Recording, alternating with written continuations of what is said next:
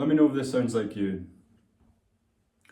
When you come into practice, you basically just default to the same thing you do every time, which is you come in, you play the same songs that you've been playing over and over.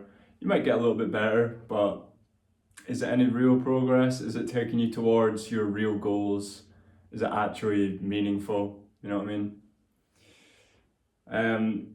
Obviously, you'd like to get to the point where you can improvise, you can start writing your own songs.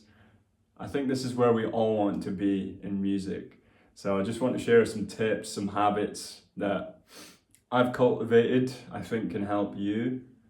So yeah, let's just get into it. First of all, you're gonna want to fix your routine. You need to have a kind of strict, very regimented approach to just your whole day, you know what I mean? So I'll show you what I do. Basically, I just write out this at the start of every night. I write this out, okay? So about 10 p.m. Start of the day, morning routine, sunrise, whatever. And then you have to schedule out your actual practice time. So I've got here from 12:30 to 2, I'm gonna do singing. From 2 to 3, guitar practice. 3 to 4, I work out. Then I have a little break, do non-sleep deep rest. 4:30 to 6, piano, then tea, and so on. And you want to do this every day. You want to schedule your day every day. You need to have a clear plan, action plan of what you want to do. That's the only way you'll actually make any meaningful results. So next, practice with intention. When you come in, do you know what you're going to practice? What are you going to do? Are you tracking your progress?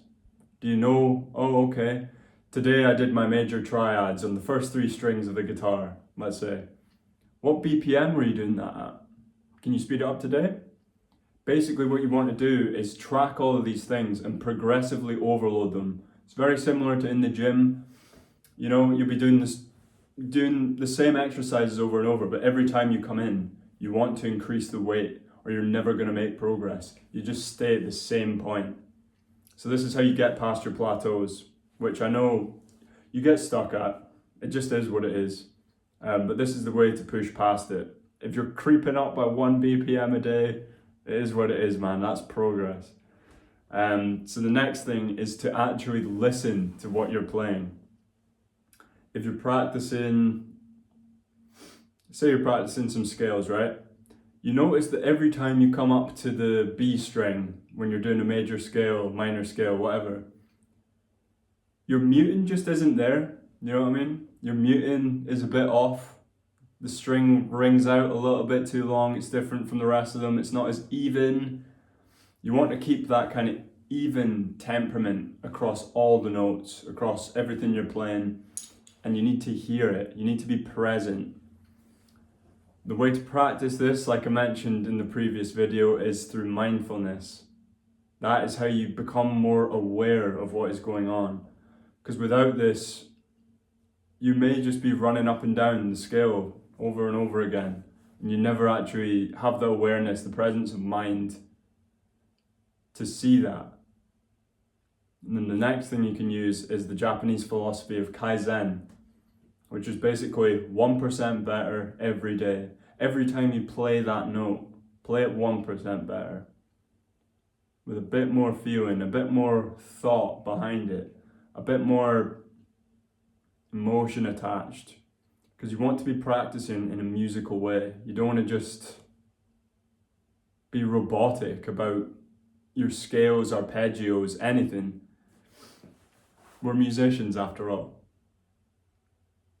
Next thing, like I said in the previous video, I am a habitual nail biter. And when I was watching that video back, literally watched it back, and I was biting my nails while I was speaking about biting my nails. That was just mind-blowing. Need to wear my gloves more often. But things like this, man, it could be your posture. Like for me, I always had shit posture when I was playing guitar. I just hunch over, sitting down, hunched over. It's not good, man. You won't be able to practice for as long, and eventually this stuff's going to catch up, you know, and it's going to spill into your day to day. Eventually you'll be practicing, you'll get a tweak, and then it's like, oh my days, you know, the rest of your day is ruined at that point. So just watch your posture, watch these physical things. If you get a sore bum from sitting down all the time playing, just stand up. That's why I've got straps on all my guitars. I get a sore bum from playing guitar. Who would have thought? But that's what you want to do, man. Just stand up. Find these simple solutions. Reduce the friction to playing. That's the way. Next thing, probably like an unconventional one, but sleep. Sleep affects everything we do. It affects how we learn, it affects our focus, it affects our drive, our motivation, everything. Sleep is the most important thing you can focus on as a musician. Let me say that again. Sleep is the most important thing you can focus on as a musician. It's not playing the music, it's being able to play it, you know what I mean?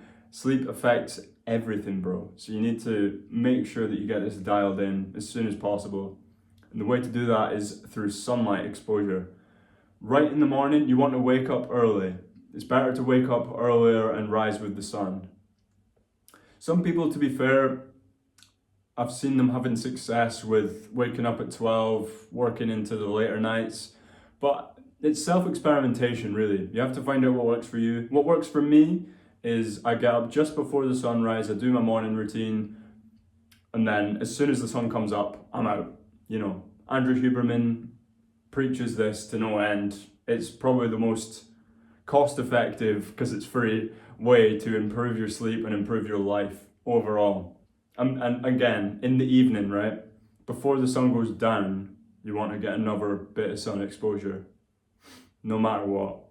If you're working, fair enough, there's not much you can do. Hopefully you can sit at like a window with sunlight. That's probably a way to get it in. But I empathize, you know what I mean? I've been stuck in a hotel for 12 hours before, working from darkness until darkness, you know what I mean? And you're just stuck in this building with bright lights. But you can do some things to help mediate this. Next is doubt, self-doubt. This has probably destroyed many careers, promising musicians, so many people with talent, just doubting themselves, doubting that it's possible. Anything is possible, bro, especially if you have passion for what you do. You know why you play. You have to just keep going, man. And everyone's going to experience self-doubt. I experience self-doubt all the time. I'm sure, you know, there's a great interview of Jimi Hendrix actually, and he's like, I'm the greatest guitar player in this room, maybe. You know, he's the greatest guitar player of all time, and he's still facing these demons. It's going to happen, but the best thing you can do, just focus on your mindset. Understand that it's all worthwhile. You attach meaning to your own life. And if you can help people with your art, that is just one great way to give back to community, to give back to just the community as a whole, the earth as a whole. So the next thing, distractions. We're all distracted. We all struggle with this mightily, terribly. And the one thing I can say is recently I have drastically decreased my screen time on my phone especially. I've deleted Snapchat, I've deleted Instagram. I'm back on Twitter, I'll be honest. But I'm using it as a vehicle for self-improvement and for giving advice to young people. But you want to drastically decrease your input. And if your output is not matching your input, let me just rephrase that.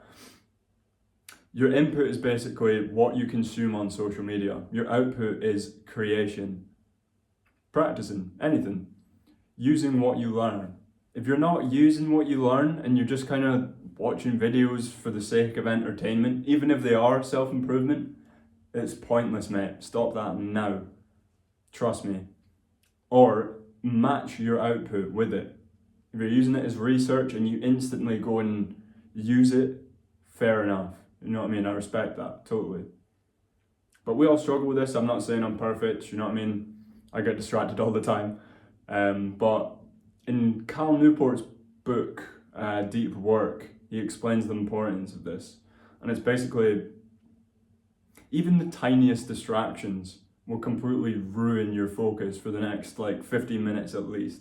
It takes 15 minutes to drop into a deep work session. It takes 2 seconds to drop out of it. You just need to keep consistent focus. When you pick up your guitar, if you're learning a song off your phone, fair enough, that is focus. But you need to have your notifications off at that point, because if you get a notification from your friend saying, oh, hey, let's hang out later, you know what I mean? It's not important right now. You're practicing. You have to be aware of that. If they need you that bad, they'll phone you. Just remove all distractions when you're trying to do focused work. Trust me on that. So the next thing is clear goals. You want to have clear goals for your practice, for music, for life, everything. But if you don't have a clear goal to work towards, you can't create a system to get towards it. You know what I mean? So a lot's made about goals versus systems, but I say just combine them. They're both great. What's the point in being selective about goals or systems? You know what I mean? So basically what you want to do is have your goals, you know what I mean? Don't make them too far-fetched, but make them high, you know what I mean? You want to strive for great things. And then you can actually create the system to get towards it, to get where you want to go. A good way to do that is just structure a practice routine. Make a bare bones kind of thing. If you're learning a certain song, I need to get it up to this point by this point, you know what I mean? In 1 week, I need to increase the BPM to the original tempo. And just set goals like that. You know, I want to be able to mix my arpeggios and scales within one month, my major arpeggios and scales, at any point on the fretboard, or at any point on the piano, you know. I need to know all my triads on piano, each position.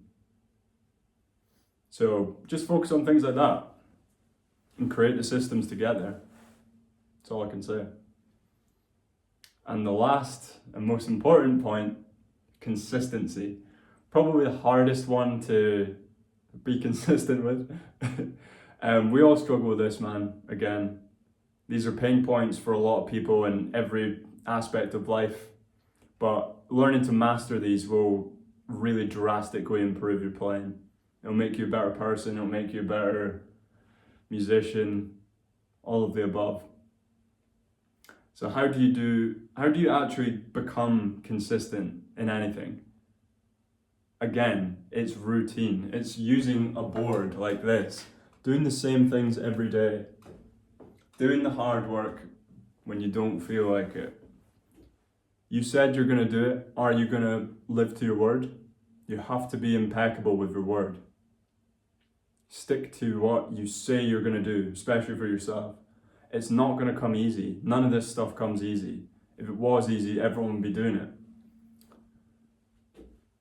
But the main thing that separates the successful people from the ones who just kind of try something, fail, try something else, fail, and then they just, submit to a life of mediocrity is consistency. It's having the ability to just stick with it, no matter what. So I remember, I'm pretty sure Mr. Beast had 5 years of making videos, nothing, no improvement. He made them 1% better every day. He used Kaizen, and now he's some multi-million pound man. You know what I mean? It's crazy, all because of consistency. Insane. And I just want to let you know that seeking out advice like this is amazing. You're doing the right thing. I know as well as you do that this stuff's hard. You want to be so successful, you want to do this, you want to live a purposeful life, you want to have a life of meaning, you don't want to just submit to the rat race. So I understand your pain. I know what you're going through. I've been through it. I'm going through it. So I'm just hoping I can pass on a bit of wisdom, you know what I mean? We're all in this together. So I have a community. It's basically just for all of us like-minded musicians. We're all just looking to grow, become better people, become better musicians, share our gift with the world. So if you want to join that, find a like-minded brotherhood community that you think you could be a part of, links in the description. Thank you for watching. Take care. Be present and be mindful.